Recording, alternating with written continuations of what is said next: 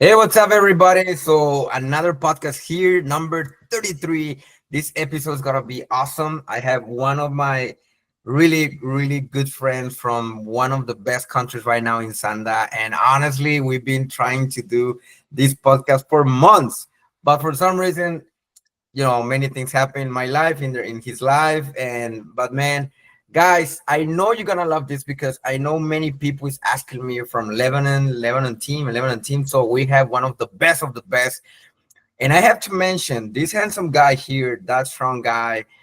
Right now, this guy is one of the coaches of Lebanon. So Elie, thank you so much for accepting this interview, because this interview is for the world. It's not for me. It's like for the world. Who's Elie? And really, thank you so much, man. Thank you, brother. Thank you for always spreading the news for the Sanda world, for the Sanda people, and thank you for your energy, for your positive energy, anywhere and everywhere, in competitions and on social media, anywhere. Thank you, Elie. Thank you, Elie. So Elie, I know it's late in Lebanon right now, and I know you just have a baby, so I really don't want to take a lot of your time. And actually, congratulations for your newborn baby. And Thank you. man, Thanks a lot. how can you let's start with this interview. What's your name, where are you born, and how old are you right now? Okay. So my name is Elie Bou Gabrael. I'm 34 years old.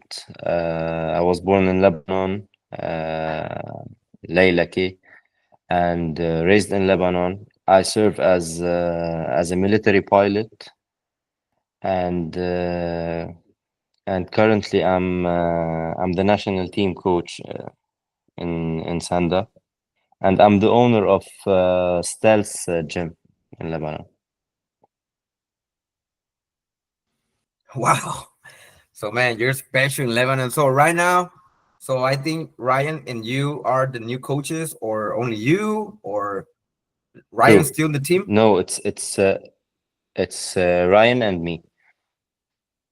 Man, awesome. I think It's Ryan and me. with Ryan, you've been doing a really good job. Honestly, I love Ryan too. I love all the Lebanon team. Like you guys, you're very like a huge family for me in the Sanda area, and I can describe the big love that you have, but the sacrifice of the Lebanon team, the whole team, like everyone, like even when they're spreading in different countries. And I know this time with you and Ryan, in front of the team's gonna be a great team. I know you're gonna have more people in gold medals, because it's crazy, the motivation, the fundamentals. It's more than a martial artist, like a family. Like we're going to grow together. So True, and especially Elie, that, yeah, go ahead.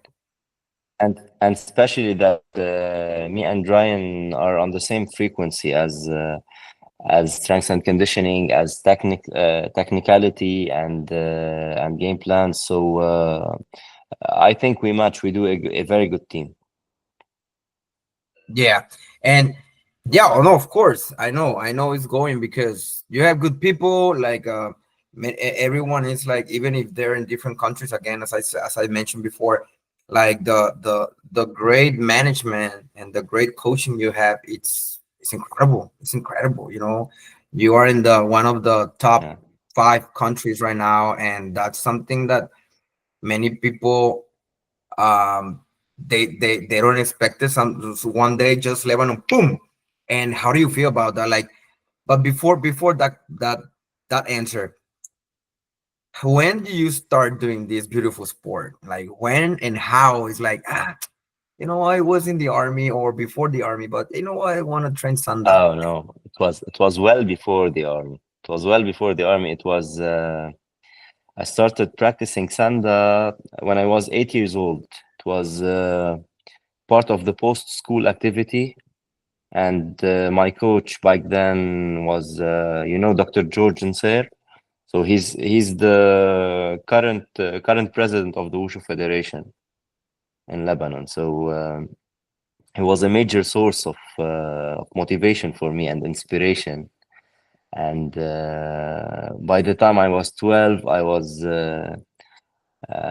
always pushing to train, and I transitioned to train with the adult team, uh, over 16 years old. So I was training daily, on daily basis, and it became a passion. That's where I met Alain, the team manager, and that's where I met Ryan, and the journey began.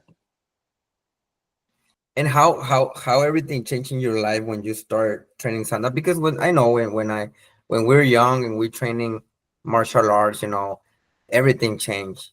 How do you how this sport changed your life, brother? Uh, you know, this sport is my life. So it made me what I am now. It made my personality. Uh, it made me humble. Uh, you first start combat sport, you think, okay, I'll fight anyone. I'll do anything. No one can touch me. I'll kick his ass.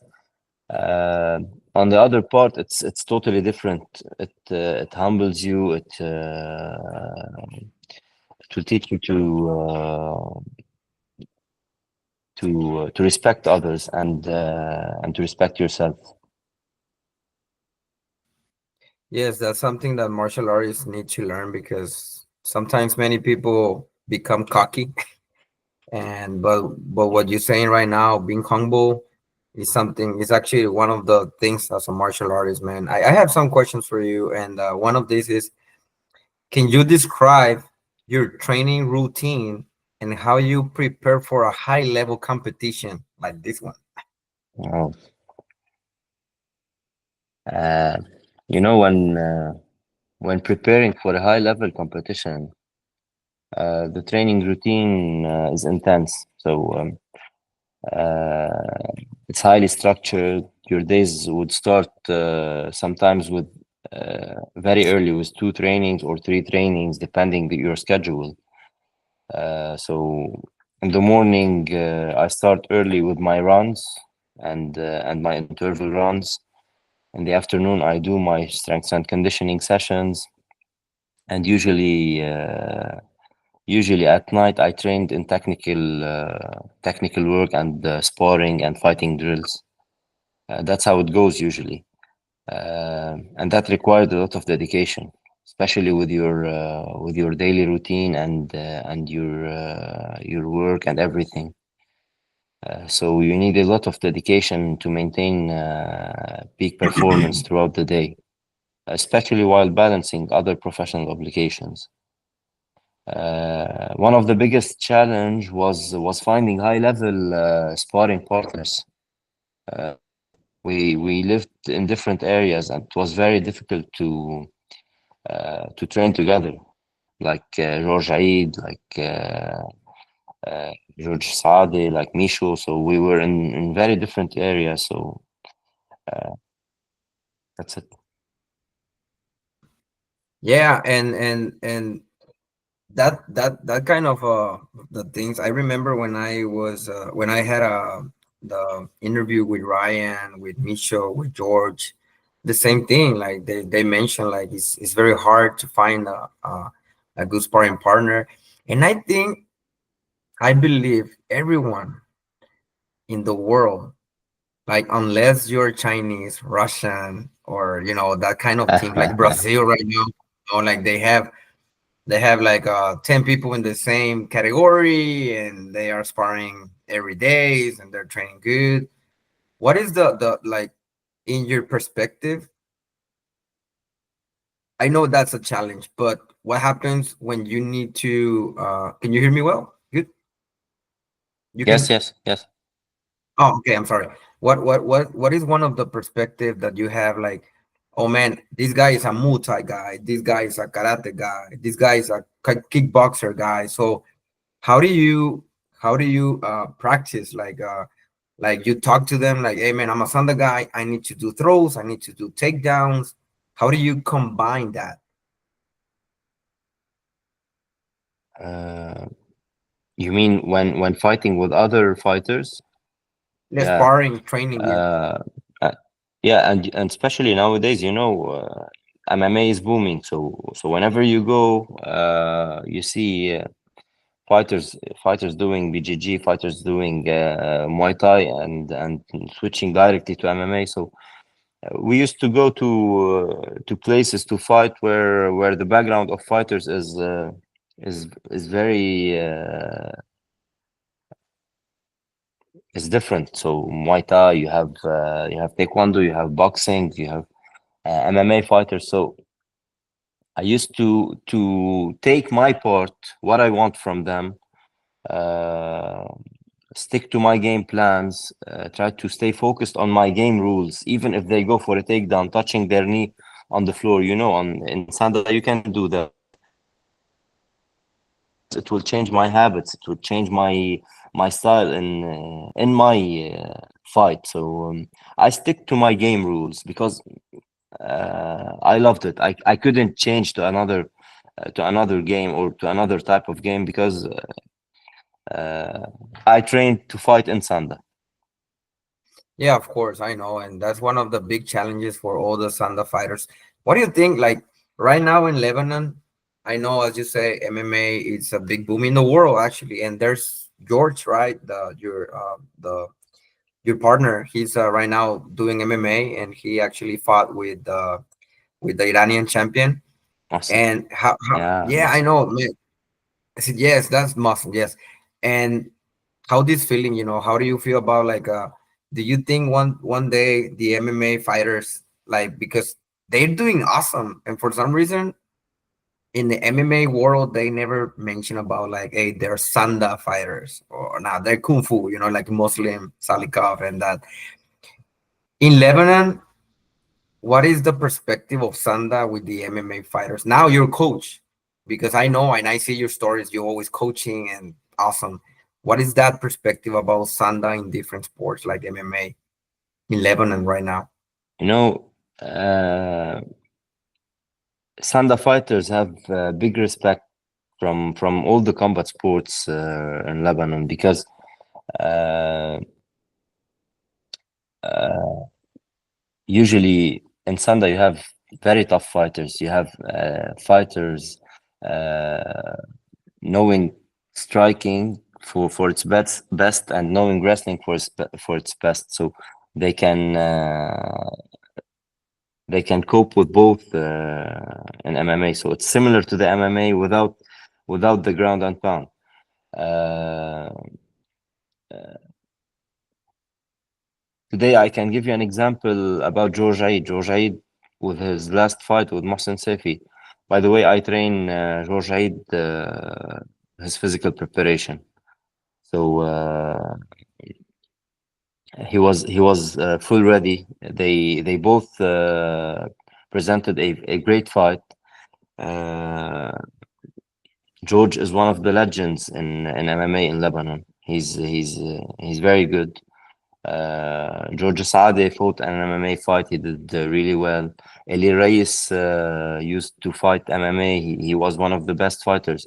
So usually all Sanda fighters that transitioned to MMA were really good. Were really really good. So I think as Sanda fighter, we have a good reputation. And that's good to mention because sometimes I see like many other combat sports. They don't see like a this is Sanda, like, we have Wei Li, in UFC, Jadong Song right now, and that's why that's one of the reasons why this podcast exists, because it's what I love this sport like you, and one of the things, I'm a coach too. I was an athlete, and one of the things that I want is like people know more about this, and it's very good to know like right now Sanda is doing good in Lebanon, because I can see that, with George and with all the fighters, like they're doing MMA also, and like with Safi from Iran, doing a lot of things, and I really, Yeah. really, really feel happy. Really feel happy. Hey, Ellie, is there something, how's Yeah. everything like when you become part of the national team, like the first time, you become Lebanon team. How was that feeling, man? Like representing your country as an athlete, because you mentioned that you was in the military and right now as an athlete. Yeah. I'm still in the military, so I'm in both of it. But it's a big responsibility. Representing your country is a very big responsibility, especially if uh, if you rank between the top five countries and you're going for a second time to compete. So the responsibility in the last competition in Texas was very high on every one of us, on each and every one of us, because we ranked third before that, and then we went to Texas trying to keep this level up, trying to stay in the same level, trying to have the same medals. So it was a big challenge for everyone, for the athletes, for the coaches, for the management. Uh, we it was so hard, yeah, especially talking about the situations we were passing through in Lebanon, and how they how they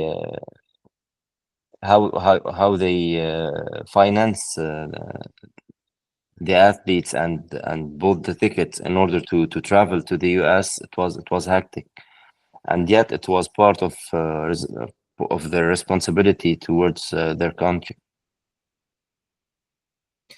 Yeah, that's one of the big challenge. I think I was there, in US, of course, and actually you was one of the teams like always beside me training, and I was their management, everything in the Sanda area, and something that I really like from the Lebanon team is that, again, I'm gonna mention. I always mention when I have an interview with the Lebanon team, but it's the family, like the union, Yeah, and it's incredible because you're there and anyone watching them is like, oh man, how they it's a big family, because sometimes there are teams like, you're from this city, it's fine, you're from the same team, and okay, you're gonna fight, then you lose, I don't care about the team.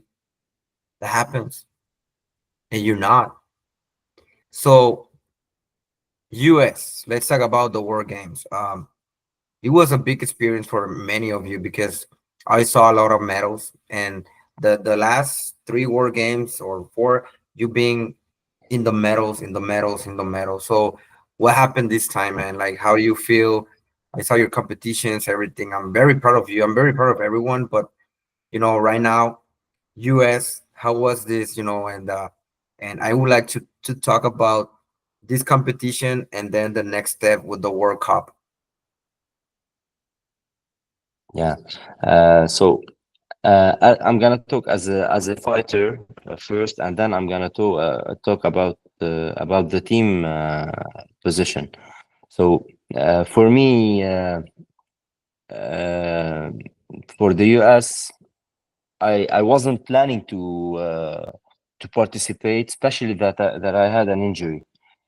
Uh, Plus, I was in the middle of preparing for the gym and switching from one place to another, and it was a hectic year. And back then, I had Kian as a newborn, my son, so I couldn't train well. I trained barely 3 times per week. For a world champion. It's nothing. So.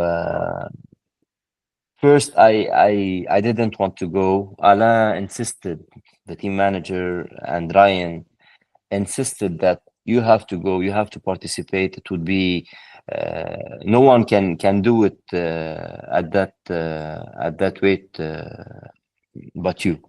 So I tried my best. I trained for the last 2 3 weeks with the team. I went there. my experience played more than me. So I was playing as an experienced guy more than a fighter ready to fight. And plus, I was fighting on under 80. Usually, I fight under 75. So uh, that was it. Uh,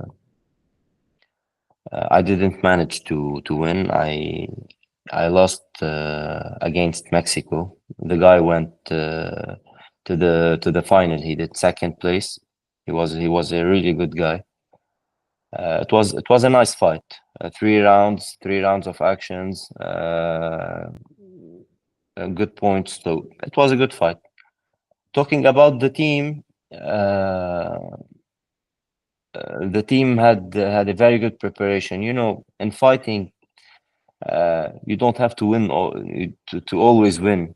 So you have to show a good level. Uh, at least for some of us, we showed a great level, uh, despite that we didn't win. But others showed a great level and won gold. For example, George and Misho and Lydia. Uh, that's it. So for us, US was really good, but it could be better. We talked about it in our post competition meetings. Uh, and after the competition, we were preparing seriously for the World Cup, and suddenly it stopped. So we had to change our plan, and then the guys went from Lebanon to another country. So the team went apart, especially after the situation in Lebanon recently. So that was it. Now we're hoping to compete in this World Cup with the highest level of highest number of athletes. Hopefully, the four of them can go, but I don't think it's feasible. Too bad. That's I know that's sad. Before everything, before the answer, it's I'm very glad I was there. I was very again. I saw all the process of preparation in US. In Dallas, and I remember everything you were doing. Coaches, athletes, helping each other. George, well, both George. When I remember one of you guys finished the fight, and it was like, oh, my food, my like, I think he got injured, but for some reason, I know that spirit is like, I don't care, man. I'm going up. Like, that kind of things are the things that Lebanon have. Not many countries, and I'm honest. I've been in many world championships, and I'm always said, for some reason, you guys, you have something that you have that spicy thing that many other countries don't have. You know, of course, the culture, the vibes, and the brotherhood, and you grow together. That's why I think Lebanon is Mhm. that's one of the key of success. And all the fights I saw from Lebanon, well, the ones I can, because I wasn't behind the scenes, but all the fights that I saw, it was like impressive. And you say something. When I remember when my first daughter she born, I was about to compete in Argentina in the Pan American Games, and it's very hard, Yeah. because you were preparing yourself, training hard, and of course, it's your first baby. No Like, sleeping at night. no sleeping, like, you can go or you get a divorce. Yeah. and and it's very and it's very funny because at the end, my students, both of them, they got gold medal, and for me it was like, I'm going to compete beside my students, so three of us on the USA team. But and I know what you said about, like, when you are about to be a father, training to take care about your wife, your business, your professional things. And honestly, I think that is, I don't know what to think about this, but I think it's one of the things that make Sanda fighters around the world like stronger. Because of course any athlete, but like we love Sanda, we love this martial arts. Like everything is we need to pay for it. Sometimes the government helps, sometimes no, from each country. But what do you think about right now? I feel bad about that the World Cup. Like you have four fighters and many won, many two, many not, no one, and that's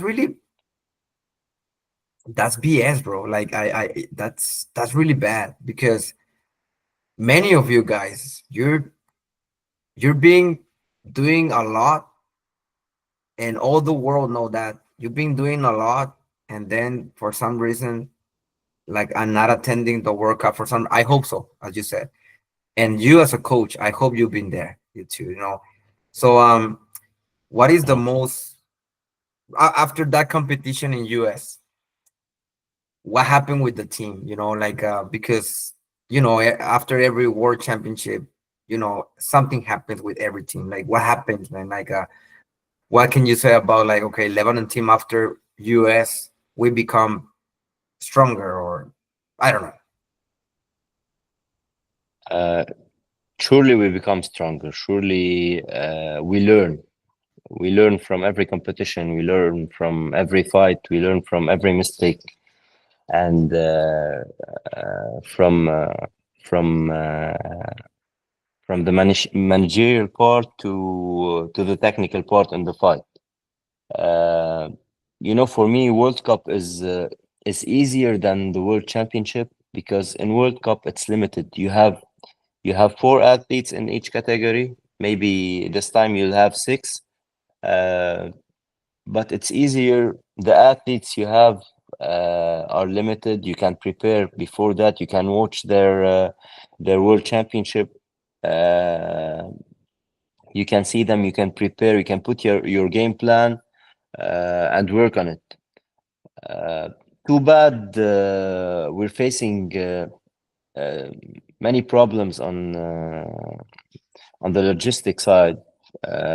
From one side, we have one fighter signing with the PFL for MMA fights, George Aid. We have George Saadi, a world champion that cannot leave his work due to presenting the final year. Uh,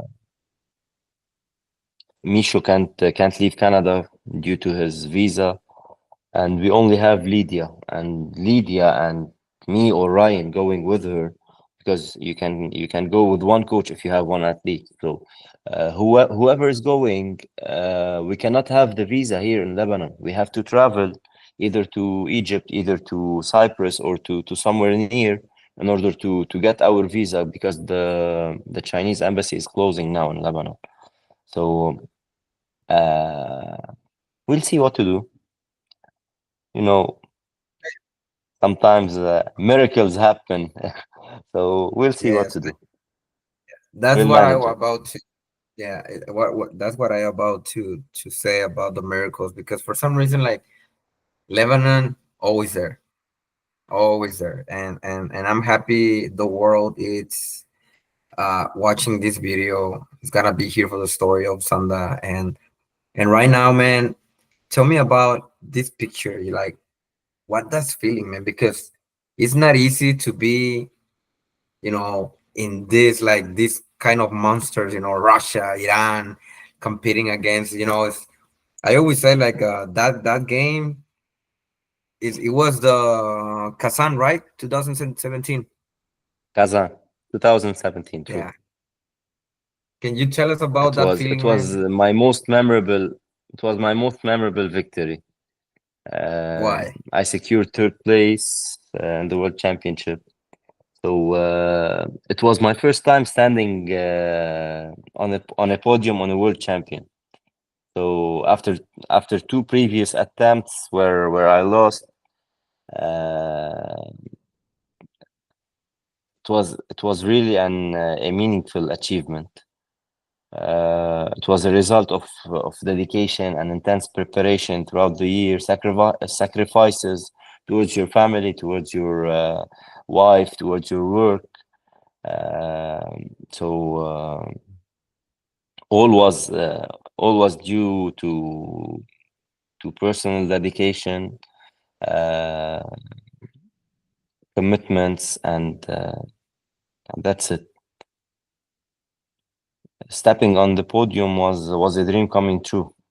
It was my dream since I was a kid, and stepping up there and seeing your flag in front of you raising high is uh, is really something nice. Man, I can't believe that feeling, man. What happened like once you came back to your country with your family, man? What was that feeling? Like hey, I'm a podium. I'm one of the top three of the world. I don't know because um when you're in the podium, I was there before, and I remember I was looking beside me and like no matter if there's China or someone, it's like, man, you're in the world, like in the podium, man. Like for many people don't. And let me tell you this, guys. Like, if you are listening this podcast in Spotify or you're watching this right now in YouTube, let me tell you something. Even if you're training another sport, Muay Thai, kickbox, whatever. Let me tell you this. Sanda is very difficult. In the high level, Sanda it's hard because we have wrestling, we have takedowns, we have kicks, we have boxing, we have it's a Chinese kickboxing thing. We have Shoya, which is like judo. It's a complete It's not blend. easy. True. Yeah, it's one of the most complete combat sports. That's why many MMA fighters who have Sanda background, they're good. They're Are good. excellent. Yeah. We have Muslim Salikov, we have in PFL, we have Iran, Lebanon, many. Zabit. And True. yes, David. Yes.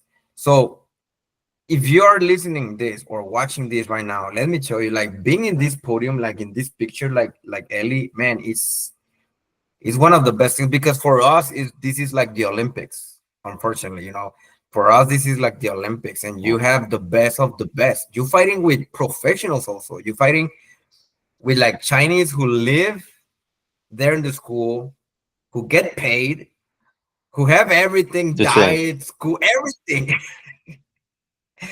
And we go there and like because I love the sport. We're fighting with the heart. Yeah. And sometimes other countries they're fighting because it's their job. And when like looking this picture behind me, this one, there's Iran, Macau, Lebanon, and Russia. That's a big one, and that's why I'm asking you, what was the feeling after that moment in your life? What changed? Uh, it was double-sided. It was a moment of pride, and on another side, it was a big responsibility on your back. So because once you're up there, your level should stay uh, on top. Especially if you're fighting again, you have to present the same performance. You have to.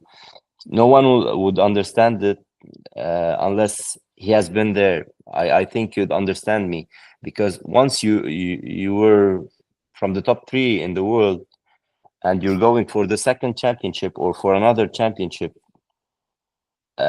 all your followers, all your fans, all your family wouldn't expect from you less than this position. So it's heavy on you.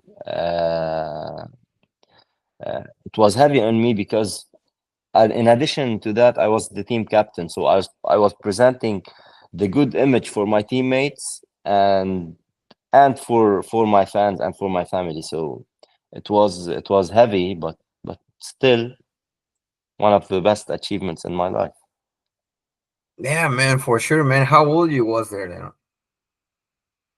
I was 28 years old, 27 years Man, old. 20-year old and Yeah. 28-year-old, and you are in the podium is not easy in Sanda. Like the also like the brother of Barbara Ras Ali. No, Alex. was Yeah.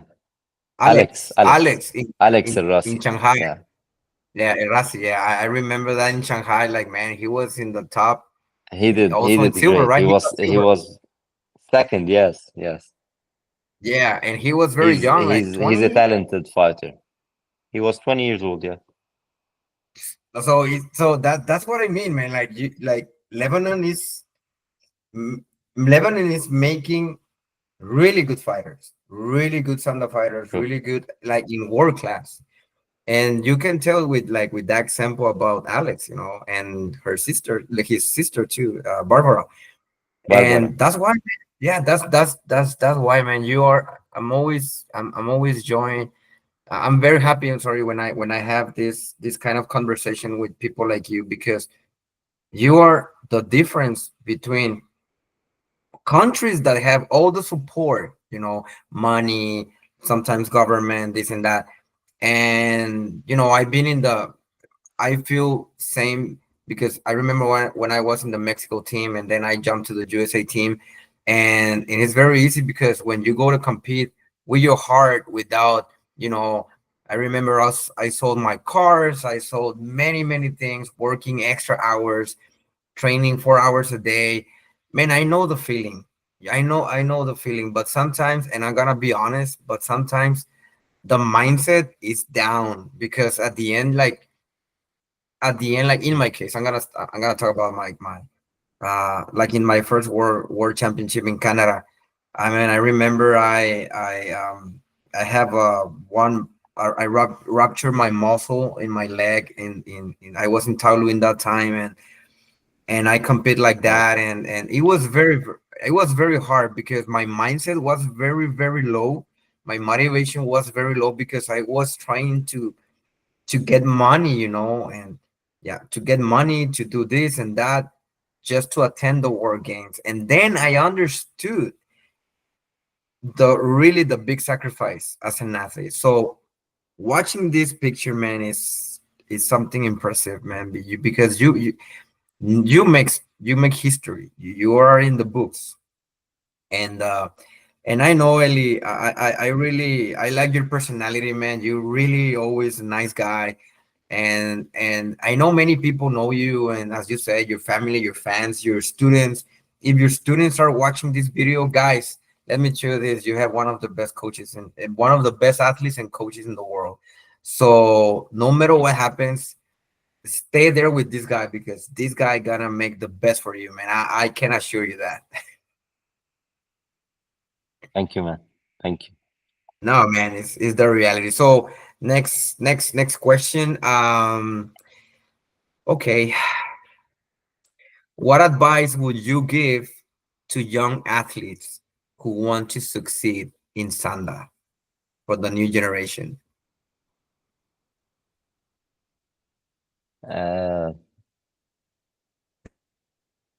for the young generation, for the new generation, my advice is simple. Never stop trying. Never stop trying. Never stop believing in yourself, and never give up. Because if you quit once, quitting will become a habit. So life is full of wins and losses. So even if you lose, uh, losses will shape you and will make you stronger and will prepare you for your second fight and for your next fight and for your next journey. So believe in yourself, and nothing is impossible. If one can do it, you can do it better. So that's it. Thank you, That's what man. I Right always now, say to so myself before the fight. that's your mindset, your motivation. Yeah. And Ellie, so with the I think you also gonna be coach of the junior team or is different coaches? For the junior team, it's Shadi Milan. It's another coach, but now because we don't have a big junior team, we are training. All the team is training under the same, if you want. coaches, me, Ryan, and Chadi. And how's So that we're like? it's the three How's that? of us. Okay, and I know I've been I saw some videos from I think last year nationals in juniors. I don't remember, but I see good guys, man. I like and what do you think about the next generation for Lebanon? Like because okay, right now we're gonna talk about Elie the coach. What are your goals, man? Like what are your expectations? You wanna try again as an athlete, or you just like, hey, you know what? I just wanna be a coach right now, no more. As an athlete, it's time to stop because I think you'll understand me because you can't do many things together. You can't stick to your job. You can't stick to your family and stay with your kids and train at the same time and to compete at a high level. It's not feasible. And the one who tell you it's feasible, I'll tell him it's bullshit.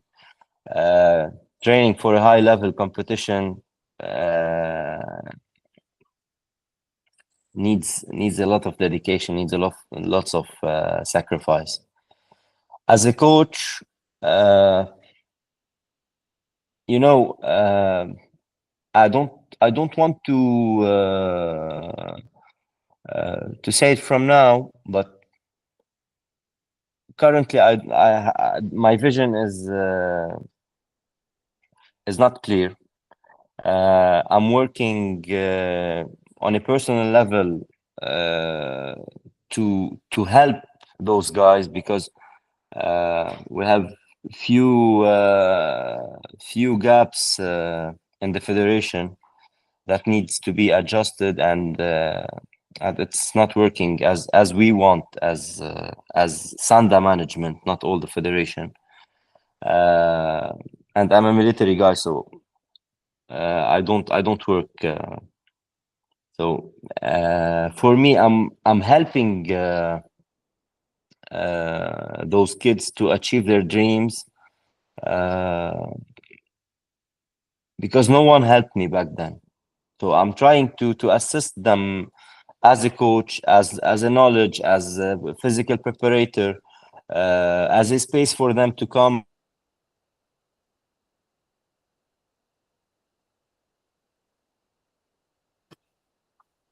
but I'm trying to be there for them because we didn't have that back then.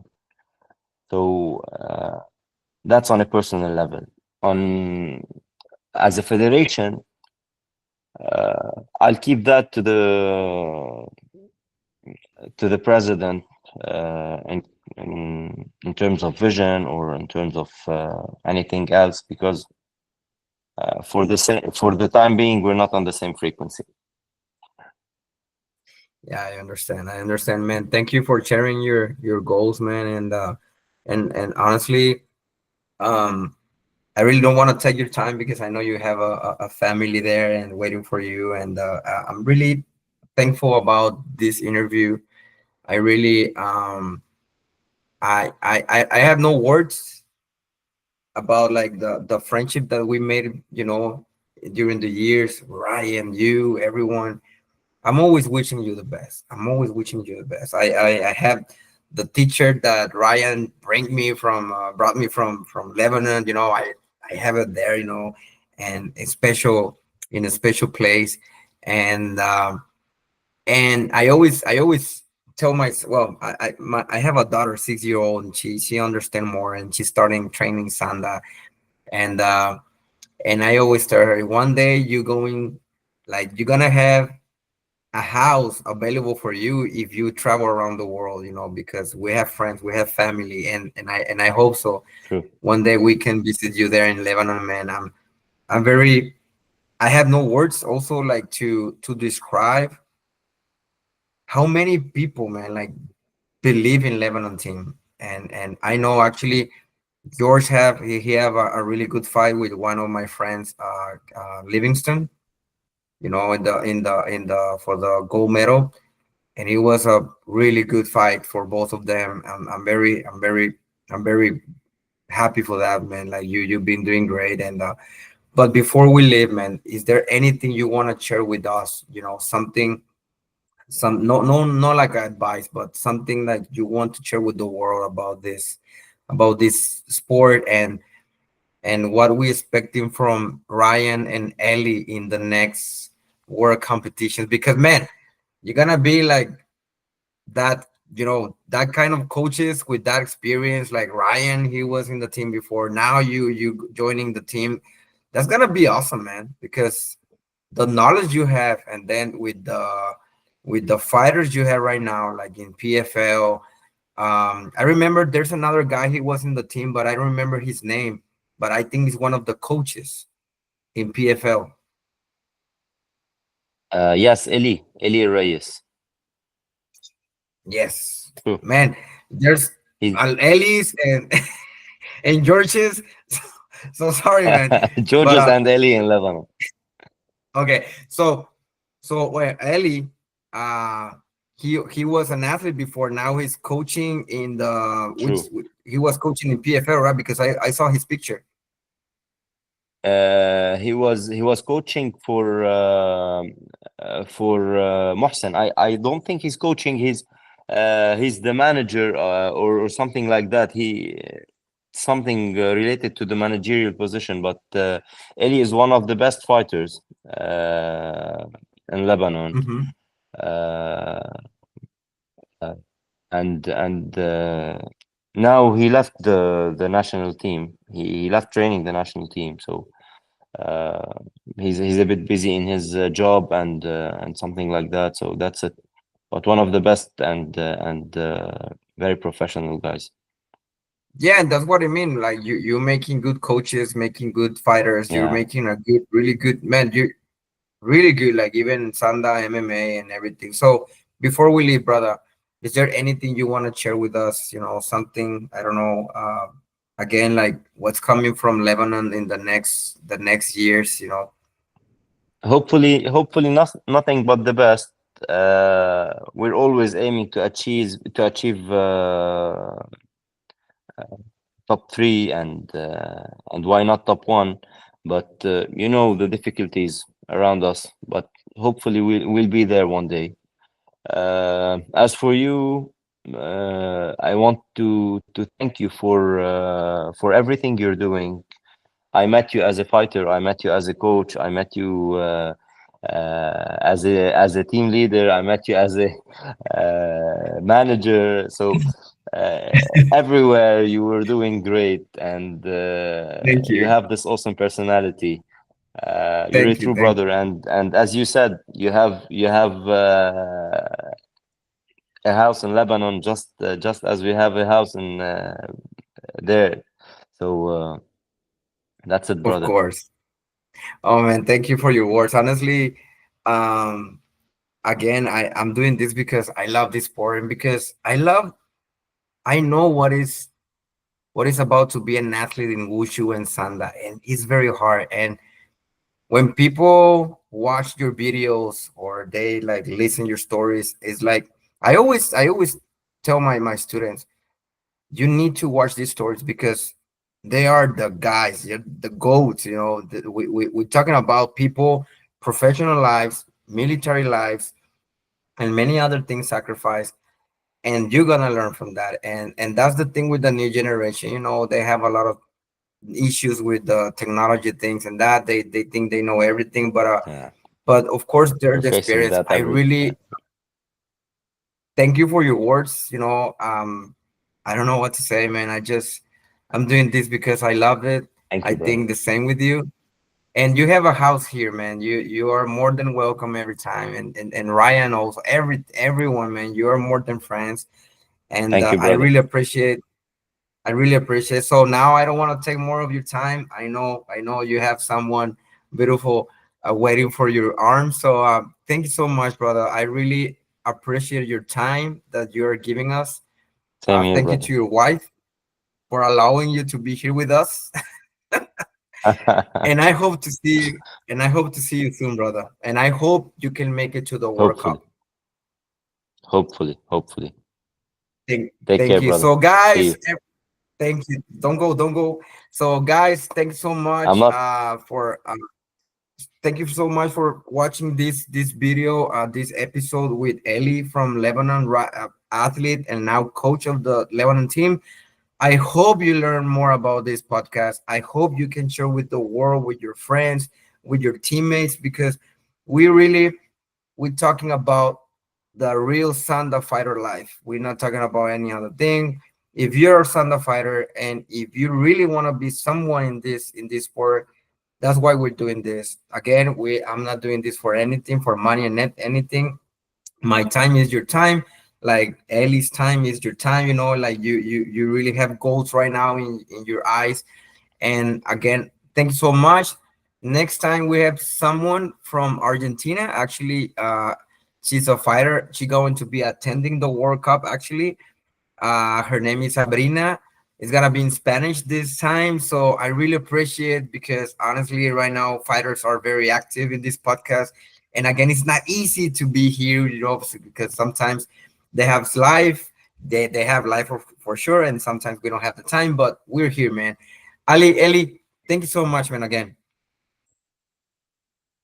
Thank you, brother. thank you. Don't go, Bye. don't go. Thank you, thank you, thank you. Don't go.